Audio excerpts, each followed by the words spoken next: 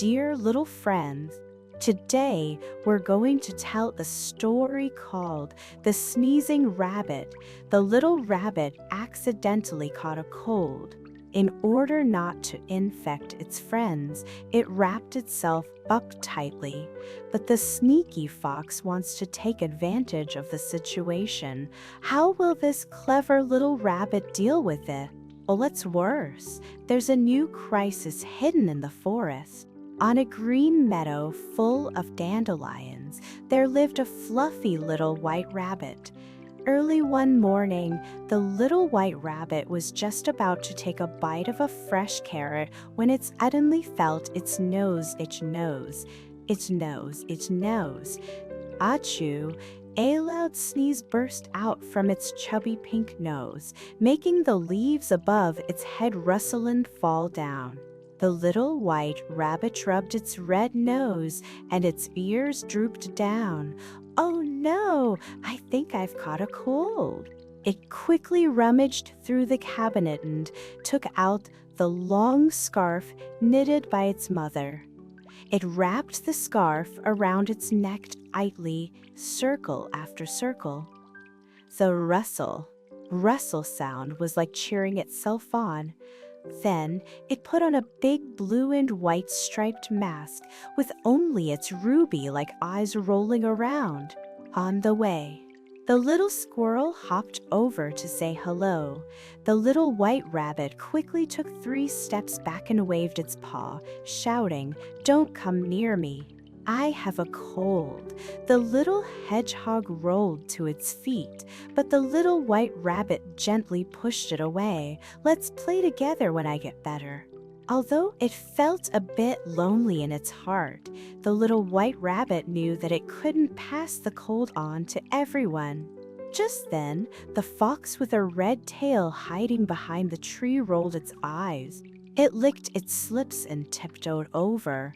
"Oh dear, isn't this the cute little white rabbit? I heard that a rabbit with a cold can run fast." As it spoke, its fluffy big tail swayed proudly. The little white rabbit clutched the scarf tightly and said loudly, "Stay away. I don't want to infect you with my cold."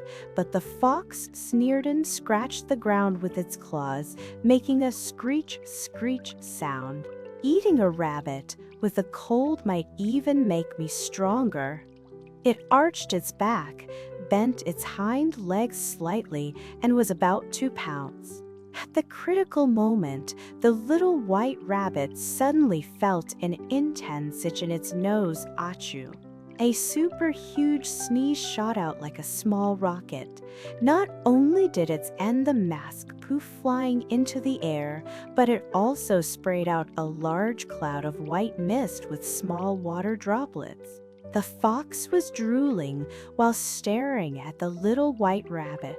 Suddenly, it saw the white mask fly in front of its eyes like a ghost, and it was so scared that it sat down on the ground. When it looked up again, it only saw the little white rabbit's back running away, clip-clop, and the dirt it kicked up, puff, puff, landed on the fox's face. "Don't run!" The fox jumped up in anger. Just as it chased his steps, it felt something wrong with its nose. Achoo! A sneeze burst out uncontrollably, followed by a second, a third. The fox rubbed its red nose, and tears plop, plop fell down. Even its tail didn't have the strength to sway. However, the crisis wasn't over yet.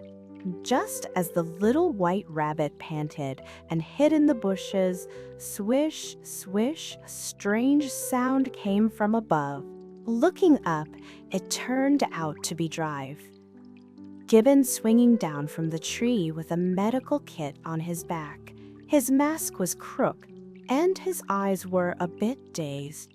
"Doctor, what's wrong with you?" the little white rabbit asked worriedly. Dr. Gibbon sneezed again, "Achoo!" and almost fell off the branch.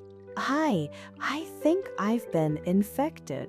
There are still many little animals waiting to see a doctor in the forest clinic, but I can't even hold the key to the medicine box now. As it spoke, it raised its trembling hand. The little white rabbit's eyes lit up.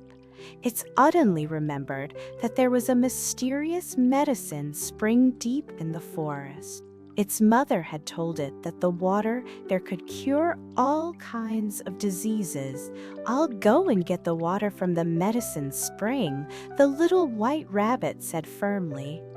But Drakjar, Gibbon shook his head. "The medicine spring is on the other side of the cliff. You have to pass through the fox's lair on the way. It's too dangerous." Just then, the fox that had been secretly following appeared again.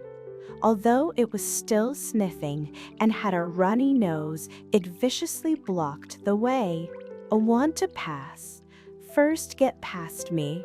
Just as the fox pounced, the little white rabbit suddenly shouted, "Listen!